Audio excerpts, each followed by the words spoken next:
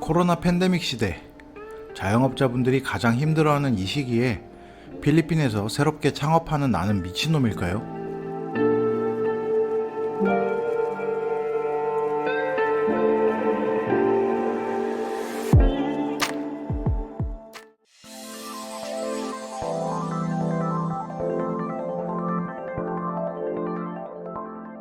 처음 유튜브를 시작했을 때 채널 소개에서 간단하게 말씀드렸습니다. 저는 10여 년 전쯤에 필리핀에 스쿠버 다이빙 때문에 처음 왔었고요. 필리핀에 처음 정착했을 때에는 쾌전에서 삼겹살집을 했었습니다.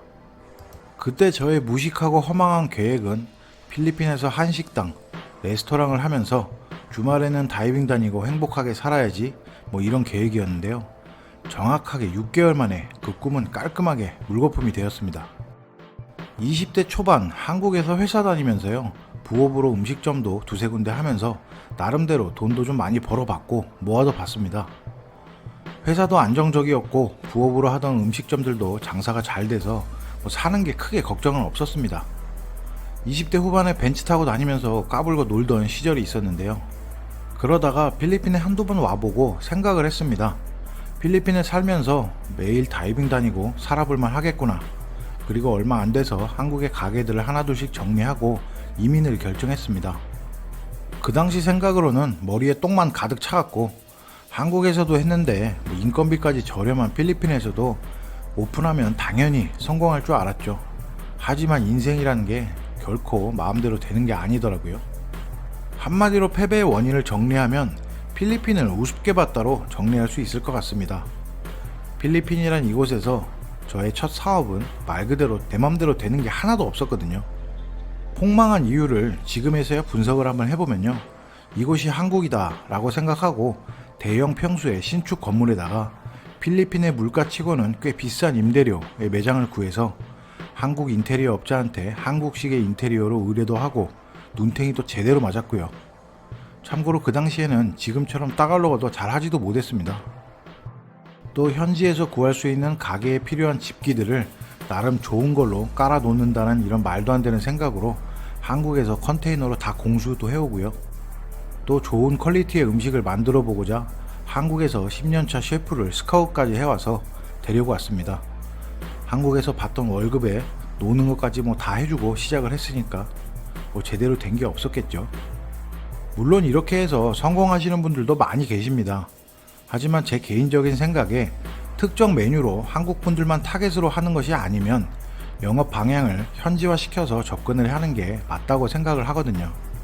저 같은 경우는 10년 전 필리핀에다가 그 당시에 필리핀에 잘 어울리지 않는 한식당 케이스로 밋밋하게 접근하다 보니까 낭패를 당한 겁니다.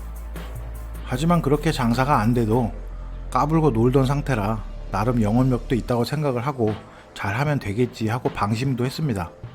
그러다가 오픈한 지 3개월쯤 될 때 셰프는 도망을 가고요.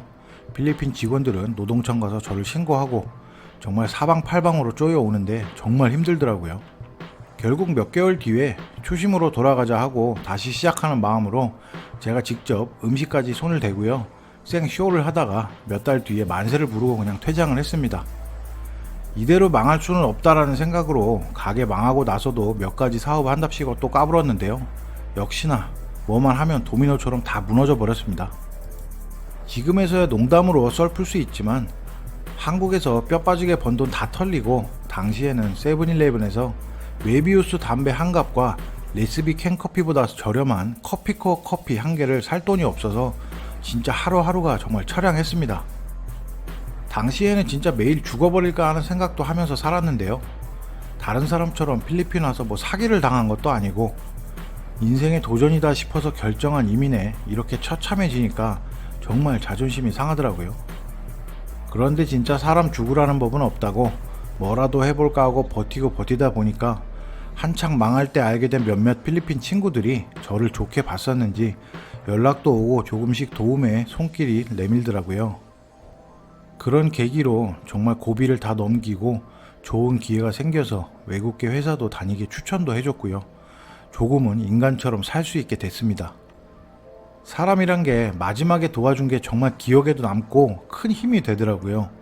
그래서 아직도 저는 이 친구들에게 보답을 조금씩 하고 있습니다. 저를 살려준 친구들이거든요. 한국 사람도 아닌 필리핀 사람이 외국인을 그 당시에 도와준다는 게 참 믿기 힘들었습니다.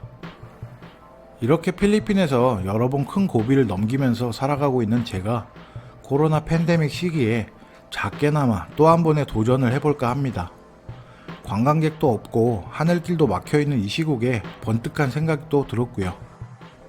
오늘은 필리핀에서 안 죽고 살아남은 저의 이야기를 잠깐 해드렸습니다.